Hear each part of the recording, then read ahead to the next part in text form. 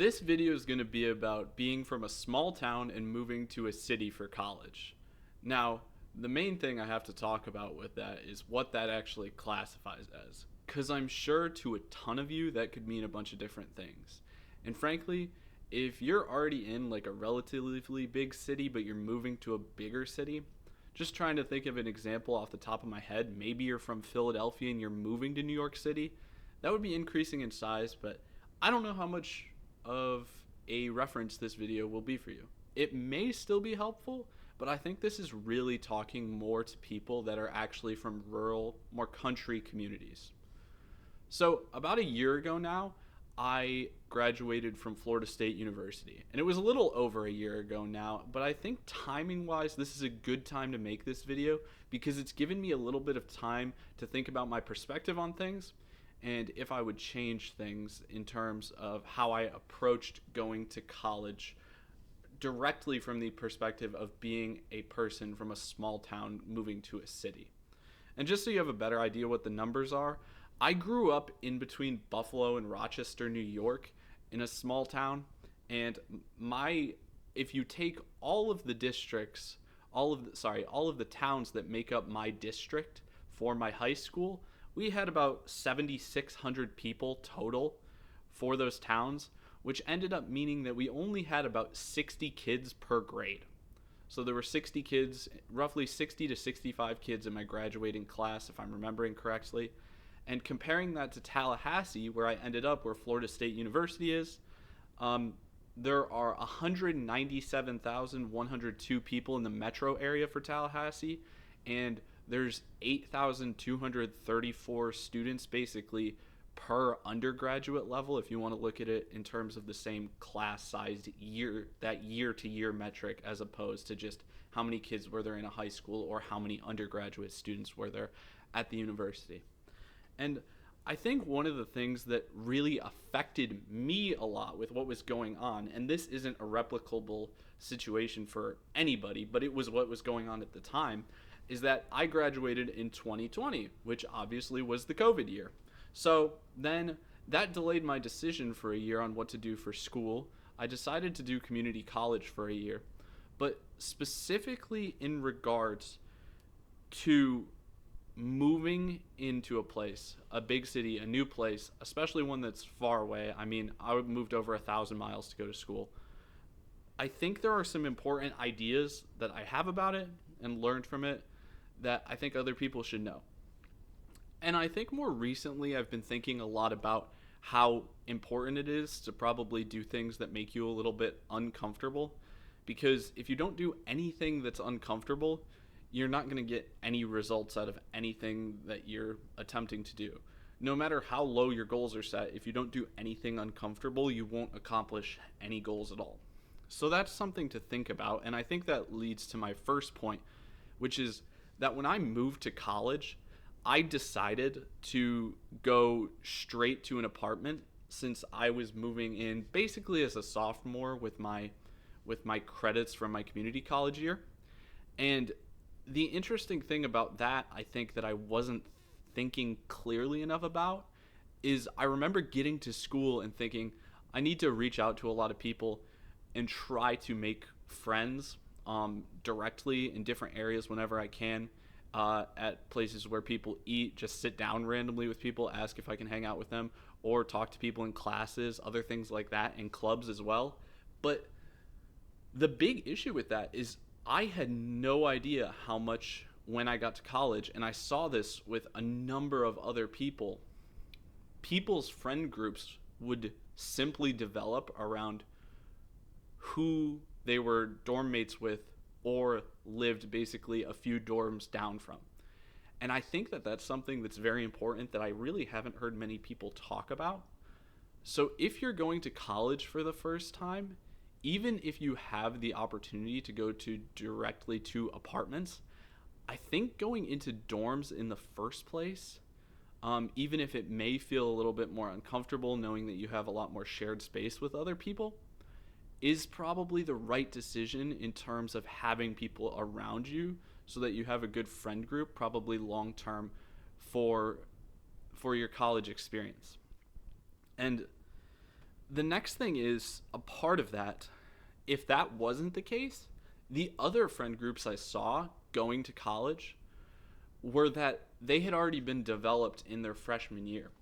And I was a part of a club that was a lot about talking about helping transfer students and helping them get acclimated to the environment at Florida State. And I'm sure that many other colleges do that as well.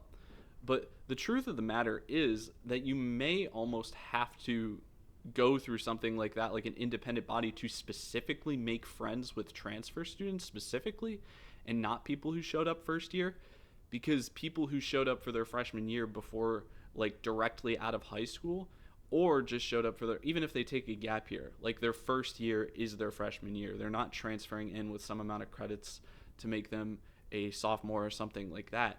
It allows them a better opportunity, even if they weren't very compatible with, say, their dorm mates because they were in a dorm. It allows them to actually make friends with people in their classes who also haven't made friends yet. And that's a really hard thing. It's almost like being a kid moving to a new school. I think everybody kind of understands the idea that it's difficult for anyone anywhere to consistently move to a new school. And if you're dealing with and entering as a freshman and entering in the dorms instead of in your own apartment or something like that at whatever school you go to is also probably very important in terms of building a new community, especially if you don't know anybody that's going to end up going to your school, moving from a small town to a bigger city. If you can count Tallahassee as a big city, which I'm guessing there's a lot of people who don't. But then I mentioned already how there were a bunch of clubs I was a part of. And basically what I felt always ended up happening, I don't really know at what point you can say you were a part of a club, like if you had to do it for a certain period of time, because I doubt that people are staying committed to these clubs after they leave the university. And it's like, well, if you ended a few weeks before you graduated because you had finals coming up, important stuff like that, and you didn't go to every meeting all the way up to the end, or most people don't go to every meeting of like stuff for clubs in college. This is one of the things I realized I should have done differently, is I was trying out so many clubs because I was like, that one kind of interests me, and it was just a repeated cycle over and over again of being like, that club somewhat interests me, that one somewhat interests me, that one somewhat interests me. Let me go see how I like the people, and I would generically basically always end up liking them to a certain degree, but never feeling like I completely matched up with them. And I think that for someone like me, where it was so weird, going from high school where I literally knew everyone in my grade, and I felt like I was friends with everybody pretty much in my grade, at least that was of the same gender. It was interesting going to college because it's obviously like you can't possibly do that in college. So having to actually make the decision of who to be friends with was something that was really complicated. But the lesson I learned from that with the club specifically that I should have done, now I realize that, and this is the important part I gained from giving this a year of time since I graduated to actually think about it more, is I was so focused on using all these resources that were already out there to meet people. And what I really should have done is I should have just made my own club, because no matter what idea you come up with, if it's something that really interests you, I think that the people you would attract based on the ideals of the club would probably be the best people that would fit for you. So if you're someone that was kind of like me, already in the situation, transferring in, going straight to an apartment, something like that, maybe a good idea is literally to create your own club, try to get the word out about that, because that may allow you to create some bonds with people you may not have had before. And the other thing with talking about how important other people are to this entire situation is realizing that one of the most important aspects of college, regardless of what your degree is in, I would say, is to connect with people, and probably even more so connect to people who are looking to try to do the same things as you for work, because those are the best opportunities in the working world, is already having a connection to somebody, and if they have something that they're working on or they're in a company that you would like to join, that really creates a great opportunity for you. And I don't think I changed my major through at a point while I was going through college. So that's an interesting part of it as well. But either way, I don't feel like I ever made any really strong connections in either of my initial major and then the major I actually ended up finishing with. So I think that's something that's important to consider as well. And I started talking about this already, but one of the really hard things, if you're not able to just automatically sort of be preset into a group by having your dorm mates initially that you move in with and moving into college freshman year, is you can definitely feel the analysis paralysis around being a person who could know everybody in their school and then having so many options once you get to a bigger university, bigger city in general.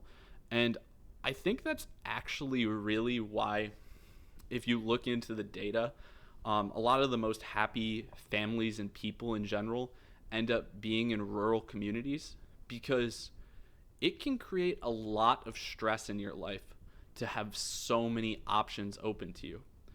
And I think the interesting part about that is realizing, as a person who went to college now, from such a small town, is realizing how many options legitimately are out there for what you can do, and not wanting to take that knowledge away from me. It's valuable knowledge, but it truly does change. There's a number of things in the world where it's like you learn them, and by learning them, it's simultaneously a good thing to know, but also instinctually bad, because how you exist as a human doesn't allow you to handle them well.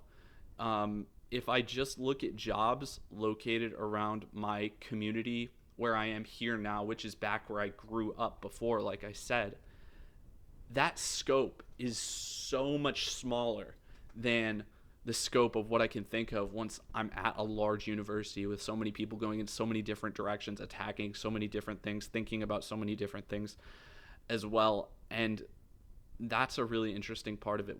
And I just think that if you're watching this before you've went to a large university, and you're planning on moving there from a small town, you should probably know that it's simultaneously exciting and scary.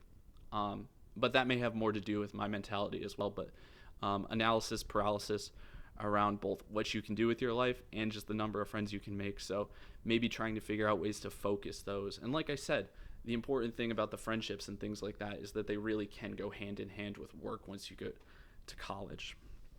And just in regards to partying in general, I don't know if this was better or worse for me, because I saw a lot of people go to parties and end up being friends with people where their major interactions were all based around the parties they went to, or even the clubs they went to together on a consistent basis.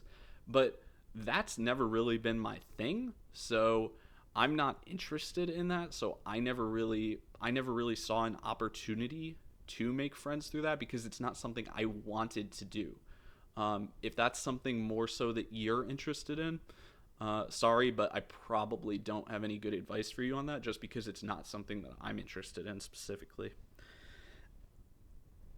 And then I think the last thing that's just true about everything, and I'm looking down at my notes below me, just so you know, but it's important about everything, not just college, but really specifically in college, because I can just think about all the free time you acquire in terms of when you're supposed to be studying, but we all know we're not studying the amount of time that we're supposed to be. We're doing other things. We're having fun, messing around, or just doing nothing. Is really trying to find as many opportunities as you can to put your phone down. Because even though I specifically ended up with, and I haven't made this conclusion before this, so let me make this clear, is I think what's interesting is I had such a valuable time in college in terms of insights and all the people I talked to and stuff like that. But I don't think any of them, especially because I moved back away from where my college was, I don't think there's going to be many opportunities in my future for long-term connections way after college. It's just, I think it'll be a lot more things like, hey, you also went to Florida State? That's so cool. If I'm traveling or something, or meet someone somewhere, or see someone with gear on, and I can be like, yeah, go Knowles. Stuff like that. But even with that, all of that being said, I think all of those interactions, even though they won't exist longer term horizon, they're short term, they were there during that period of time while I was in college, were super valuable, super insightful, and made me realize a number of things about what I want from my own life. And because of that, even if you can't turn all your interactions at college into long-term relationships, it just gets back to the point of interaction for human beings being important. So make sure you put your phone down, and make sure you put it down for, I mean, a reasonable amount of time. I'm not going to say a specific, because there could be so many outlying circumstances, but just put your phone down for a little bit more than you need to. Go find something to do that involves people. Don't just go to your class and only be on your phone outside of class and not talk to anybody and not interact and not discuss interesting subjects that are all over college campuses, to have insanely fun interactions with people about disagreeing on things and agreeing on things and thinking about what you like and don't like. Embrace all that stuff and put your phone down for a little bit, because even if we're not talking about college, that's a really important part of everything. So this video went a lot longer than I thought it would, because I've only got about 10 bullet points here, but I really was able to expand on them a little bit. So I hope you enjoyed. If this helped you out at all, well, that makes me happy. So I hope you enjoyed it. Thanks for watching. Have a good day.